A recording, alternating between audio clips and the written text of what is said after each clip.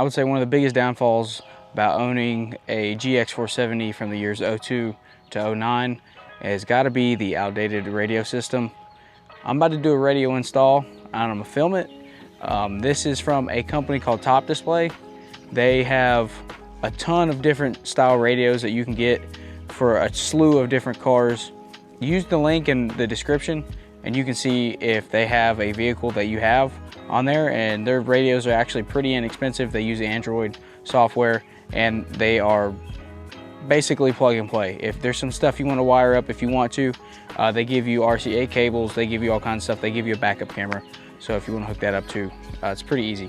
So this is the radio I'm going to be putting in today. It's pretty much kind of like a Tesla screen. It does have buttons on the side, has all your temperature controls, auto, circulate, temp, defrost, mirrors, temp control on this side, so it does have dual climate control. It should be pretty easy to plug in. You're just taking the old radio out and put the new one in. Show you guys how to do it. And if you want one, just use the link in my description. But let's go ahead and get this thing put in. I forgot to mention too, they do send you the wiring harness for this. They also send you a backup camera and all the wiring for that. They even send you a little plastic trim tool so you can take the trim out. This should be plug and play, super easy. Let's see how quick we get this done. So from what I see online, first you got to take these little pieces of trim out right here and right there, and then you're going to pull these side trims off, unplug this sensor and the hazard button, and then you should have like 4 bolts and you should be able to pull this whole thing out. These should pull straight out right here, and then just unclip these. So now that we've taken these side vents off and unplugged these, you have 4 10 mils. They're going to be right here, and then same thing on the other side. One down there, one up here, and then there's also a 10 mil right here for the wiring harness. You may have to take this out, so let's go ahead and take this off. And before I forget, you do have to take off the ashtray and the cigarette lighter section and unplug it. This just pulls straight out. It's easy if you hold it here from the bottom. So just pull that straight out and it should come out. So now that we're here, all you should have to do is pull on this, and yeah, it should just come straight out. Just like that. And I am gonna have to take off this wiring harness clip right here. It is holding that in. So now we're at the fun part. All we have to do is take off all the connectors on the back. This is actually some kind of, this is pinned, like it's used. That's what that 10 mil is attached to. So we'll see what that is used for once we get the other one hooked up. So now that we have the head unit out, let's compare these real quick. This is, generally the same size because it has to fit in there, but look at the thickness difference. You can tell that this thing is almost 20 years old. This is really light, really skinny, and this is a hunk of junk.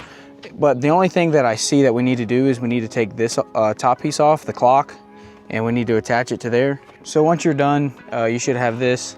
You do need to put your screws back right here, right there, and on the other side. This piece just slides in there and clips in the top. And once this is back together, we can actually start getting our wiring harness out, plugging it in the back of here and figuring out what goes where. This comes with a GPS module, and you also plug up the radio antenna and stuff on here. So this should be, like I said, plug and play. Everything else, you can honestly just tuck in the back. You have all this room now. So here we have the Top Display wiring harness plugged in. The only thing that you have to plug in on the main harness to this body, if I plan on just running the head unit by itself. This comes with 4G, this comes with a GPS transmitter, but I plan on using CarPlay, so that's not a concern to me. These I don't need personally, but you can take the time to plug them up. I'm just putting this in so I could use the CarPlay, and honestly it'll boost the sound system because it has a lot more up-to-date firmware. Okay, so one more quick update. There was a lot on this wiring harness that I could not find what matched up to it, because some of these are like for the CD changer and whatnot. You don't really need them, or you're not going to need them on this. You can't even put a CD in this. Or I meant on this wiring harness, but On here, they had a couple more, and I couldn't figure out where the GX470 power was, but on this wiring harness that you take off, you're going to have to put this back on, and all of your other connectors are on this. So don't forget to put this back on. You are going to need it. You do have to unclip it from this head unit. So just make sure you do that, put it back on, 10 mil right here, and we should be squared away. And lastly, this is, if you plan on using CarPlay, you are going to need the backup camera connector. You're gonna need this if you wanna use CarPlay or any Bluetooth. So the antennas for those are right there. All right, so we have about 99% of everything hooked up. The only thing I don't have hooked up is the antenna wire for the radio, because I can't show you guys this, but you will have a couple of these clips that are unused. I'm not entirely sure what all these go to. I know there's different options within the GXs, so I'm assuming that's what these are for. I do have a couple on the main harness that I will not use due to them being to the CD changer and whatnot. So I'm gonna go ahead and put this back in and put all the trim back on, and I'm gonna show you guys what it looks like and how to use it, and show you a couple features that you might need to know how to adjust as soon as you turn it on.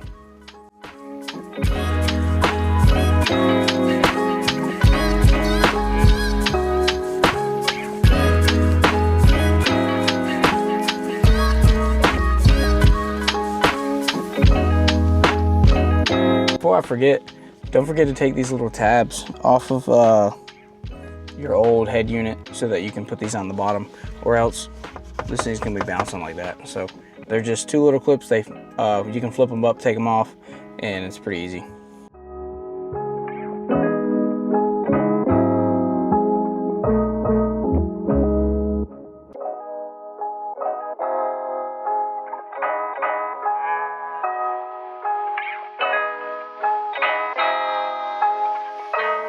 Okay, so it's been a couple days since I installed the head unit. I'm gonna show you guys a couple things that you're gonna wanna know, and or a couple things you're gonna wanna change in the settings. It's pretty simple, but I wish someone would have showed me these. I went through the time to go through a lot of the settings and figure out what I did and didn't like. Also, I contacted customer service, and they were troubleshooting things with me to make sure I did stuff right. And of course, I did something wrong and it was not working properly, but that was due to my fault. So if you do have questions, feel free to reach out to them. They're very helpful and they will get with you as soon as they can. So let's go ahead and review some of these settings. So this is what you're gonna see upon startup.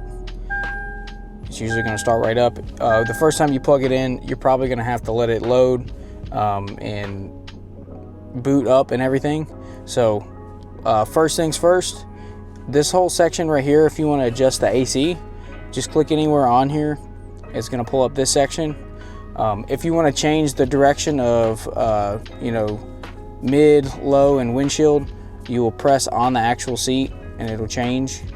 And of course the volume is here, but you also have volume here and here, and you have your mirrors, defrost, temp, circulate, auto. And one thing I would like to mention as well, this works great with the headlights. So obviously if I turn my headlights on, this will go into night mode, and these buttons do light up. So you can see those at nighttime. You have your fan control here. Everything works just like factory. If you want to turn your AC on and off, you have that button. Of course, you have your AC. You have your auto, dial, dual. Here's your home. If you want to use CarPlay, what you need to do is go to connect first. You're going to want to turn on the Bluetooth here. Then you're going to want to go to the Z-Link 5 app. And once you click that, CarPlay will be available and you can do everything from the screen as well. I'm not going to do that because I'm connected to my camera. So one of the things you're going to want to do first, you're going to want to go to sound setting, volume settings here. And this is the default volume when you turn this on. If you don't want this thing to be at 30 volume every time you turn it on, you need to turn default volume down and make sure you click this box and turn on default volume.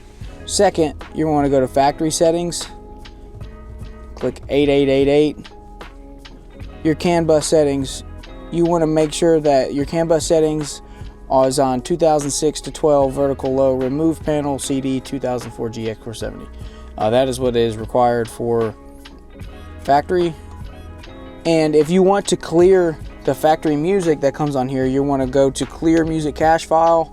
I've already done this. You want to clear the music, and you can also clear test file and get rid of any of the extra downloaded stuff on here that you don't like that may keep popping up. You do have steering wheel controls, as you see right here.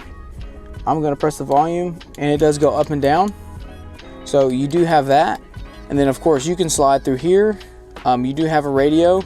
The radio should work fine, so you can go through all these and set your own channels. And I do not have this connected to Wi-Fi, but you can go to YouTube. You have Hulu, Netflix. I believe you can put pictures on here and probably scroll through them. Let's see if this works. I doubt it does. Yeah, you got to connect to the internet. So when you go to CarPlay, everything should set up perfect where you can use your phone, you can use your Android, hook everything up. That's pretty much it for setting this stuff up. If you change those little things, you shouldn't have a problem. And if you do have a problem, just contact customer service and they will be happy to help you. So that pretty much sums up this install. Like I said, it's very easy. This could honestly be done in less than an hour if you wanted to. I think the hardest part was getting the panels off of the console, but other than that, everything is literally plug and play, and I've had no issues with this so far. Everything works fine. Customer service is great. If you have any questions, they'll go out of their way to answer them for you.